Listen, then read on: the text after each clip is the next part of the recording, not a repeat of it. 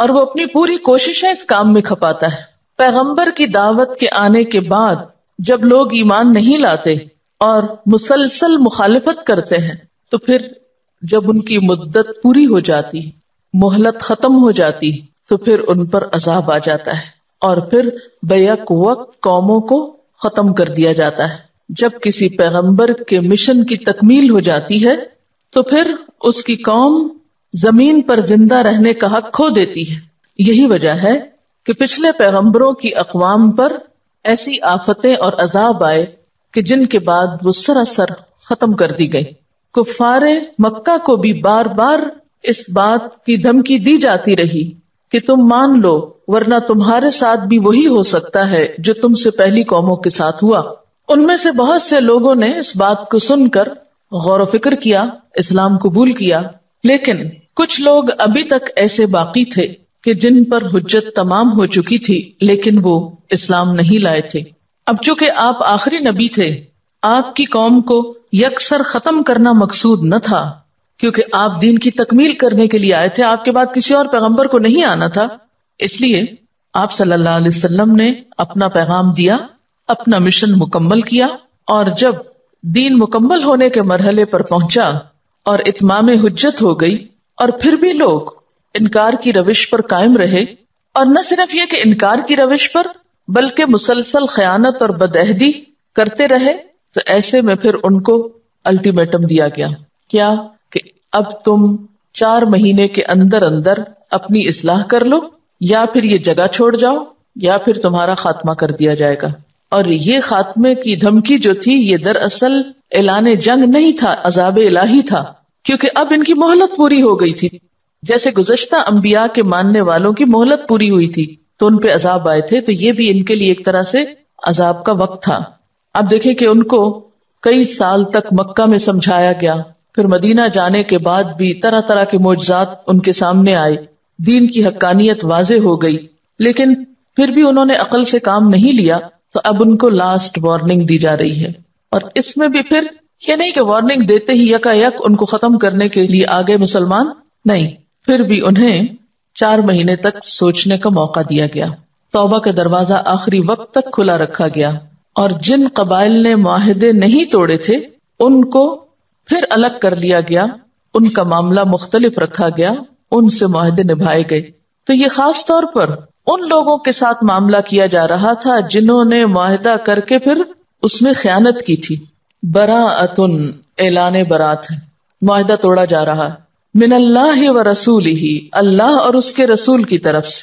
کن لوگوں سے؟ الی الذین عاہدتم من المشرکین، ان لوگوں سے جنہوں نے تم سے وعدے کیے تھے، عہد کیے تھے مشرکین میں سے۔ تو یہ اعلان برات ان مشرکین کے لیے تھا جن سے غیر مؤقت معاہدہ تھا۔ یعنی غیر مؤقت کا مطلب کیا ہے؟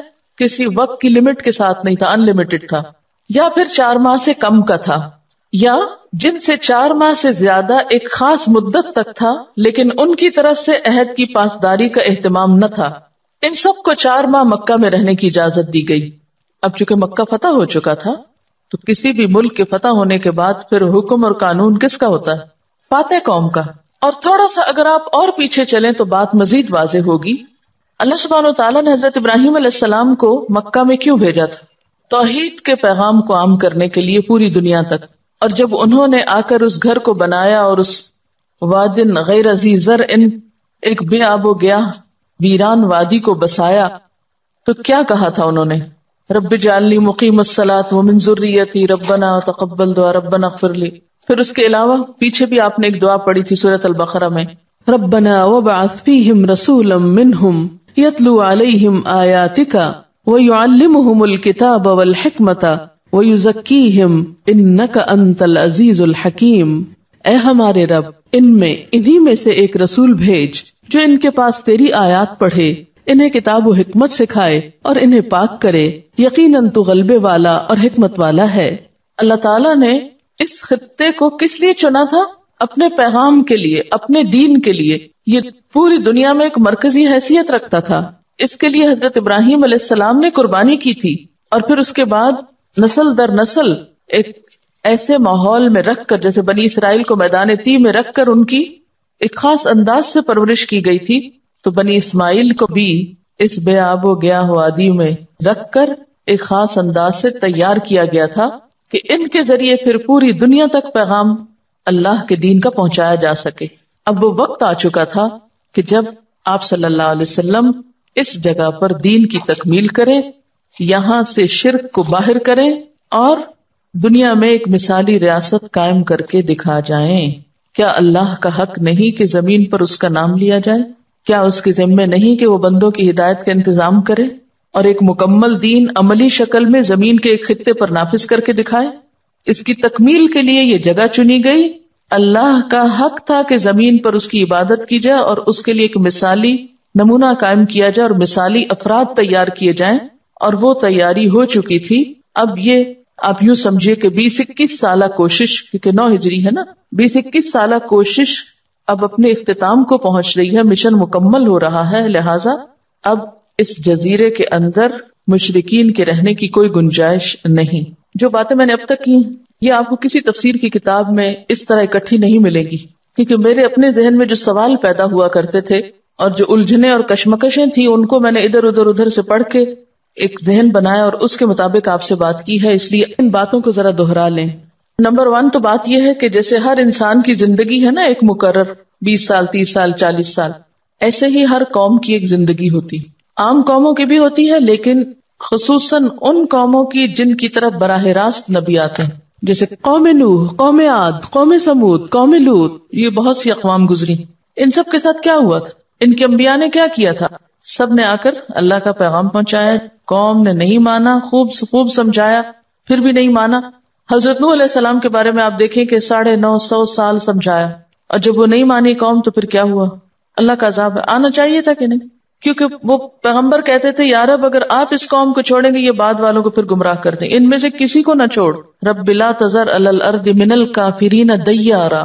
اتنا ستایا تھا انہوں نے حضرت نوح علیہ السلام کو کہ انہوں نے کہا یا اللہ ان میں سے ایک کو بھی زمین پہ بستا نہ چھوڑ، اگر یہ چھوڑ دیا تو نے ایک کو بھی تو پھر یہ مشرک و فاجر پیدا کریں گے، پھر ان کی نسلیں جو ہے وہ بگڑی ہوئی ہوں گی، تو ایک دفعہ زمین سے ایسے سارے بد کردار لوگوں کا خاتمہ کر دے۔ اس لیے اللہ تعالیٰ نے ایک ایسا عذاب بھیجا کہ جس سے سب ملیا میٹ ہوئے، پھر اس کے بعد باقی اقوام بھی۔ اب آپ دیکھیں کہ مثلاً بیت المقدس پہ اور اقوام بھی دعویٰ کرتی ہیں کہ مسلمانوں کے آنے سے پہلے ہم یہاں تھے، عیسائی اس پہ اپنا دعویٰ کرتے ہیں، یہود اپنا کرتے ہیں، لیکن خانہ کعبہ ایک ایسی جگہ پر بنا کہ جہاں اس سے پہلے کوئی اور نہیں تھا۔ مکہ کی آبادی کا مقصد کیا تھا؟ خانہ کعبہ کے بنائے جانے کی غرض کیا تھی؟ حضرت ابراہیم علیہ السلام کے وہاں بھیجے جانے کا مقصد کیا تھا جہاں کوئی پرندہ تک نہیں رہتا تھا، کہ بالکل شفاف صاف جگہ پر شرک سے پاک، ہر آلودگی سے پاک ایک گھر بنایا جائے جو ایک اللہ کی عبادت کے لیے ہو، ایک ایسی نسل یہاں سے اٹھے جو پوری دنیا میں اللہ کا پیغام پہنچائے۔ اسی مقصد کی تکمیل کے لیے حضرت ابراہیم نے دعا کی تھی اور اسی مقصد کے لیے آپ تشریف لائے تھے اور 20-22 سال تک لوگوں کو سمجھایا تھا، ہر طرح سے بتایا تھا، لیکن جب وہ نہیں مانے، بہت سے تو مان چکے، اب جو باقی رہ گئے تھے نہیں مانے تھے، اب ان کو کیا کیا جا رہا ہے؟ اعلان برات، ترک موالات، بس ختم آج کے بعد۔ اب سوچ لو اگر یہ نہ کہا جاتا، نہ کیا جاتا تو دوسری صورت کیا تھی؟ پھر کیا کرائے پہ سب پانی پھر جاتا۔ مقصود کیا تھا؟ اس پورے جزیرت العرب سے شرک کا خاتمہ، اس پوری جگہ کو صاف کرنا تھا شرک سے۔ تو یہ جتنے بھی قبائل تھے ان میں سے کچھ کے ساتھ مسلمانوں کے معاہدات تھے۔ معاہدے کیوں کرتے تھے یہ پتا ہے آپ کو؟ یہ جتنا علاقہ ہے نا یہ سارے چھوٹے چھوٹے قبیلوں میں بٹا ہوا تھا، ان کی کوئی ایک حکومت نہیں تھی، یہ سارے لوگ آتے تھے حج کرنے، مختلف قبائل کے، کوئی ایک سینٹرل گورنمنٹ نہیں تھی۔ مختلف قبیلے یا تو باہم معاہد تھے یعنی حلیف تھے ایک دوسرے کے، یا پھر کیا تھے؟ ایک دوسرے کے مخالف تھے۔ بس وہ سیاسی چالیں جو ہوتی ہیں، کسی سے مل گئے، کبھی کوئی اتحاد بن گیا، کبھی کوئی اتحاد بن گیا، جو آپ اپنی تاریخ میں بھی دیکھتے ہیں۔ کبھی وہی دو لوگ آپس میں ایک دوسرے کے خلاف ہوتے ہیں، کبھی کسی سیاسی مصلحت کے تحت پھر اکٹھے ہو کے بیٹھ جاتے ہیں۔ تو بالکل اسی قسم کی یہاں پر بھی کچھ افراتفری تھی، کچھ قبیلے آپس میں ایک دوسرے کا ساتھ دیتے تھے، کچھ مخالف تھے۔ اور جب سے حضور صلی اللہ علیہ وسلم کا پیغام اٹھا اور خصوصاً مدینہ جب اسٹیٹ بنا تو اس وقت واضح طور پر عرب جو تھے وہ دو حصوں میں بٹ گئے تھے۔ کچھ لوگ قریش کے ساتھ تھے اور کچھ لوگ مسلمانوں کے ساتھ تھے. اور پھر قریش کے ساتھ معاہدہ کون سا ہوا تھا مشہور؟ صلح حدیبیہ، اور اس میں انہوں نے خیانت کی تھی. اب میں تھوڑا سا اس کا ذکر کروں گی تاکہ آپ کو مزید بات سمجھ میں کہ جیسے ہر انسان کی زندگی کا ایک وقت ہے، اسی طرح ہر قوم کی ایک زندگی ہے، اور خصوصاً پیغمبر جس قوم کی طرف بھیجے جاتے ہیں، اگر وہ قوم اللہ کی بات نہیں مانتی تو ان پر پھر عذاب آ جاتا ہے. پچھلی قوموں کو یکلخت ختم کیا گیا تھا، لیکن آپ صلی اللہ علیہ وسلم کی قوم کو اس طرح ختم نہیں کیا گیا. یعنی آپ کی قوم پر، قریش مکہ پر، مشرکین عرب پر آسمان سے کوئی آفت نہیں اتری تھی یا زمین سے کوئی زلزلہ نہیں آیا تھا، بلکہ ان کے لیے دیگر مسلمانوں کو بھیجا گیا تھا.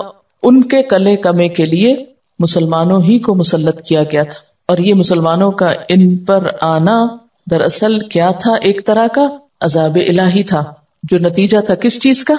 ان کی نافرمانی کا. اور یہ بھی اچانک نہیں آیا، 4 مہینے کی مہلت دی گئی، جیسا کہ میں نے ابھی ذکر کیا تھا، اور جیسے پیچھے آیت بھی تھی کہ جن لوگوں سے تمہیں خیانت کا اندیشہ ہو پھر کیا کرو؟ معاہدہ ان کے سامنے ختم کر دو لا کر. تو صلح حدیبیہ میں قریش نے کس طرح خیانت کی؟ صلح حدیبیہ 6 ہجری میں ہوئی تھی، اور اس میں یہ طے ہوا تھا کہ قبیلہ خزاع مسلمانوں کا حلیف ہوگا اور بنو بکر قریش کا. بنیادی شرط یہ تھی کہ 10 برس تک دونوں فریق صلح اور امن پر قائم رہیں گے. لیکن 2 برس بعد بنو بکر نے بنو خزاع پر حملہ کر دیا، یعنی معاہدہ ایک طرح سے توڑ دیا، اس میں خیانت کی، اور قریش نے ان کی مدد بھی کی. خزاعی بے دریغ قتل کیے گئے، حرم کعبہ میں بھی ان کو نہ چھوڑا گیا. صرف 40 آدمی بچ کر مدینہ پہنچے. آپ صلی اللہ علیہ وسلم نے 10,000 مسلمانوں کو لے کر بغیر کسی قابل ذکر خون ریزی کے مکہ فتح کر لیا. مکہ کب فتح ہوا؟ 8 ہجری میں. مسلمان مکہ فتح کرنے کے بعد طائف کی طرف بھی گئے تھے، اور جب تک واپس پہنچے مدینہ میں تو حج کا موسم ختم ہو چکا تھا. پھر اس کے بعد 9 ہجری کا حج جو تھا، اس میں مسلمان اور مشرکین دونوں شامل تھے. 9 ذی الحج میں رسول اللہ صلی اللہ علیہ وسلم نے مناسک حج قائم کرنے کی غرض سے ابو بکر رضی اللہ تعالی عنہ کو امیر الحج بنا کر روانہ کیا. اس کے بعد یعنی ان کی روانگی کے بعد یہ سورت نازل ہوئی، یا اس کا ابتدائی حصہ جو 30-40 آیات پر مشتمل ہے وہ نازل ہوا. اس میں مشرکین سے کیے گئے عہد و پیمان کو برابری کی بنیاد پر ختم کرنے کا حکم دیا گیا.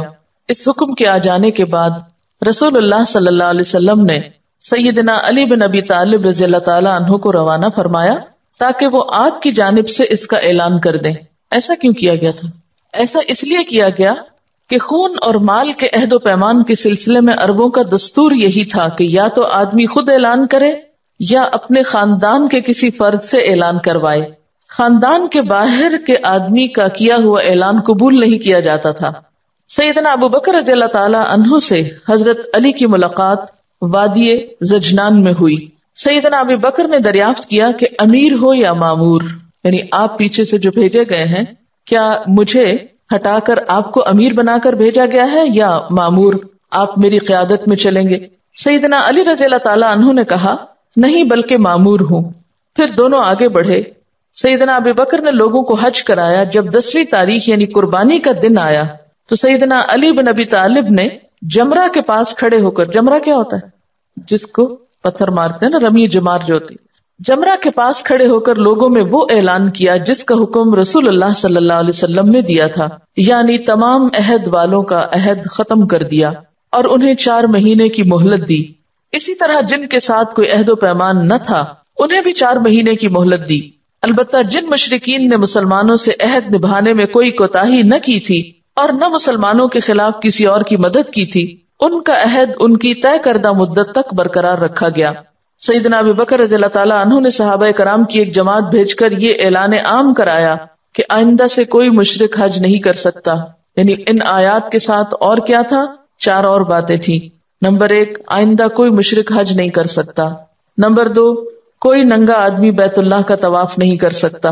نمبر 3، جس کافر کے ساتھ نبی صلی اللہ علیہ وسلم کا معاہدہ صلح ہے وہ مدت مقرر تک بحال رہے گا.